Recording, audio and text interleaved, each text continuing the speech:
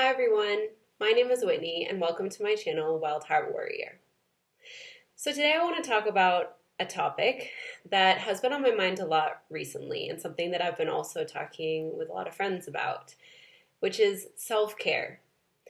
I think especially in the times of crisis, stress, or any difficult situation, we often put self-care on the back burner. Or sometimes we think that self care is maybe getting a manicure, a pedicure, a massage, taking a bath, something like that. But I honestly think that self care is something that we can do that has lots of different aspects and ways that we can do it. Sometimes we might think that it's difficult or selfish to put self care first, right? Like, I should be helping other people, especially during times of crisis. How can I be helping others? How can I be donating? How can I be supporting my family, supporting my friends, doing charity work and things like this? And all of that is really important, of course. And doing work with others and doing work to help the world around us when it's in crisis is extremely important. But really, in order to be able to give from a place of love, from a place of strength, right? If you think, like, I want to help my friend move house and carry furniture and pack boxes and things like that, but just this morning I was helping my other friend do something and I'm exhausted and my muscles are tired. And I go to help my friend and I actually can't lift and I feel like I really just want to sit and kind of watch. And I'm not really a help. Or emotionally, if I want to help somebody get through a difficult situation, emotional situation, or stressful situation, and I want to be there to give emotional support and advice and strength, but I haven't taken care of my own emotional struggles in this, in whatever that could be. Well, I can't really be there for them, right? I might be kind of focused on my own thoughts and emotions. I might project that onto them. I might actually take away from them and not be able to support them. I might actually take energy from them, depending on the situation. So even though self-care might seem like a selfish act, it really is, to me, I think, it means to give yourself what you want to give to others so that you can actually give that to others, so that you can actually be there and support and love from a place of love and from a place of strength and from a place of light.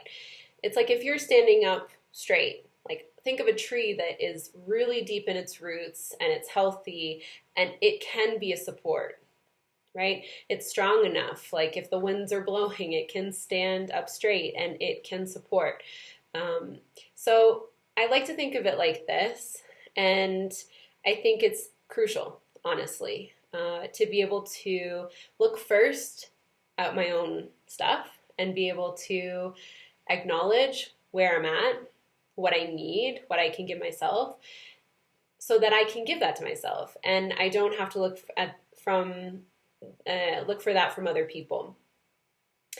And then I can give more fully, more completely, more abundantly to others when right now we really need to be able to do that.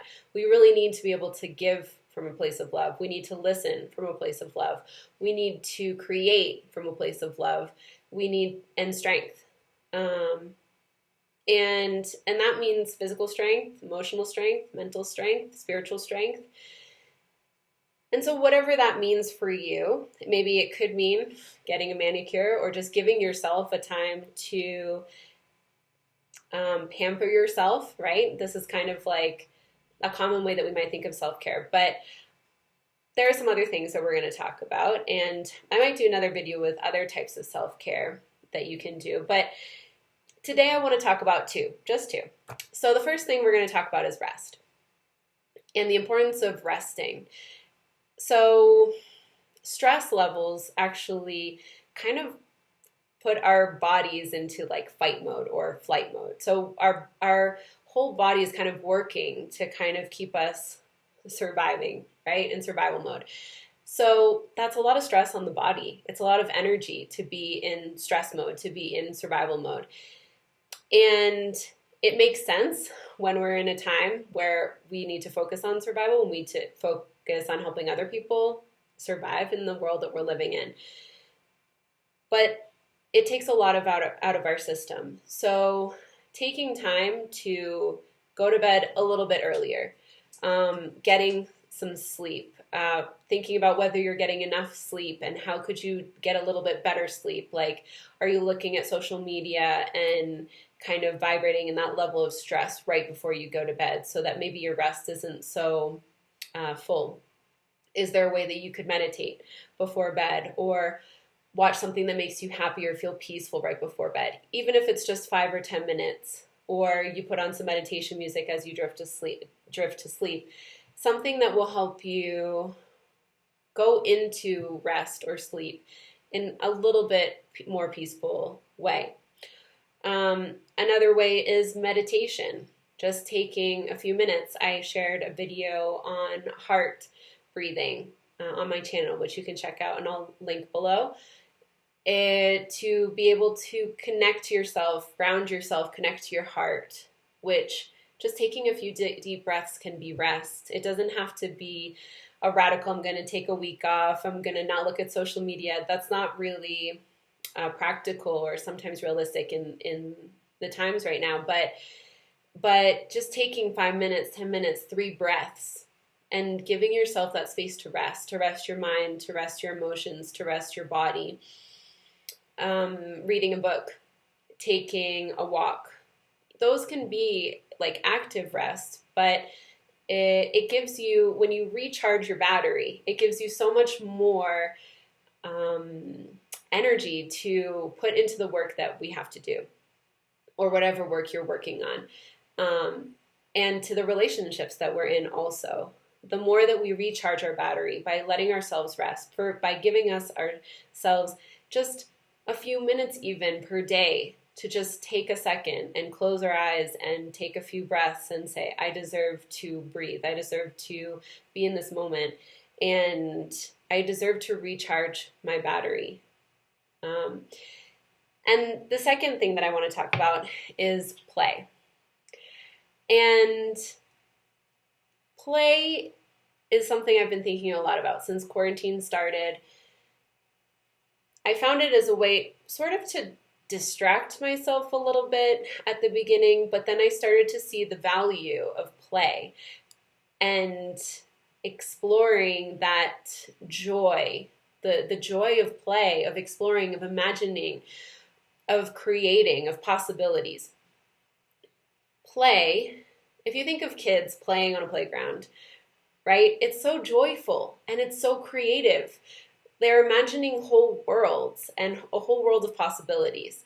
So play is not only having fun and laughing, which is great, but it also opens up this world of creativity, this world of possibilities, which is also something that's really important in a world where things are uncertain and a lot of things are falling down around us.